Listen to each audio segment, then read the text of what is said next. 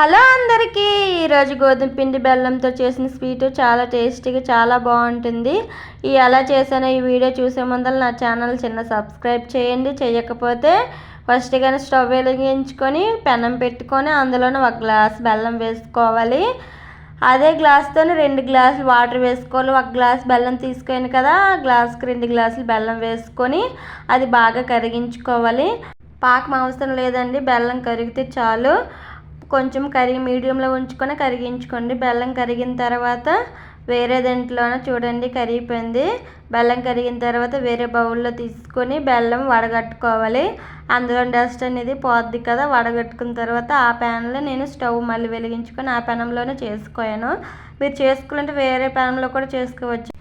2 స్పూన్ల గీ వేసుకోవాలి. అది బాగా కరిగిన తర్వాత ఆ గ్లాస్తోనే గోధుమ పిండి గ్లాసున్నర తీసుకొని వేసుకోవాలి.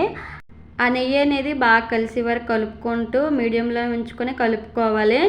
కొంచెం కొంచెం నెయ్యి వేసుకుంటూ కలర్ చేంజ్ అయ్యే వరకు మీడియంలో ఉంచుకొని కలుపుకున్న తర్వాత అది కలర్ చేంజ్ అయిన తర్వాత కొంచెం కొంచెము బెల్లం వాటర్ చల్లార్చిన తర్వాత కొంచెం కొంచెం వాటర్ వేసుకోవాలి. మరీ మొత్తం పోసుకోకుండా కొంచెం కొంచెం వాటర్ వేసుకుంటూ బెల్లం వాటర్ వేసుకుంటూ కలుపుకుంటే గోధుమ పిండి బెల్లం స్వీట్ రెడీ. చాలా టేస్టీగా చాలా బాగుంటుంది.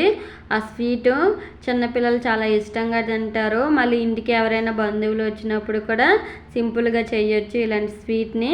తప్పకుండా ఈ రెసిపీని ట్రై చేయండి.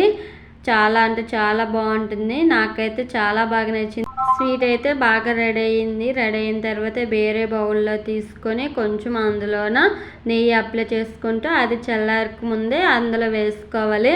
బాగా స్పూన్తోనే అదిమిన తర్వాత చేతితో కూడా ఆయిల్ అప్లై చేస్తూ అందులోన అదుముకోవాలి. చాలా మళ్ళీ హోల్ లేకుండా కిందన బాగా అయ్యే వరకు చేసుకుంటూ చాలా బాగా వస్తుంది స్వీటు.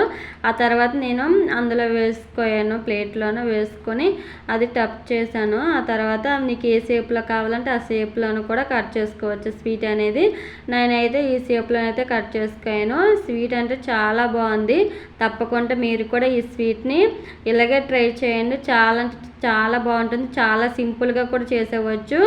ఈ ఇంగ్రీడియంట్స్ కూడా అవసరం లేదు. గోధుమ పిండి బెల్లం ఉంటే చాలు. చాలా బాగుంటుంది స్వీట్. చాలా టేస్టీగా చాలా బాగుంటుంది. మీరు కూడా తప్పకుండా ట్రై చేయండి. చిన్న లైక్ చేయండి. బాయ్ అందరికీ.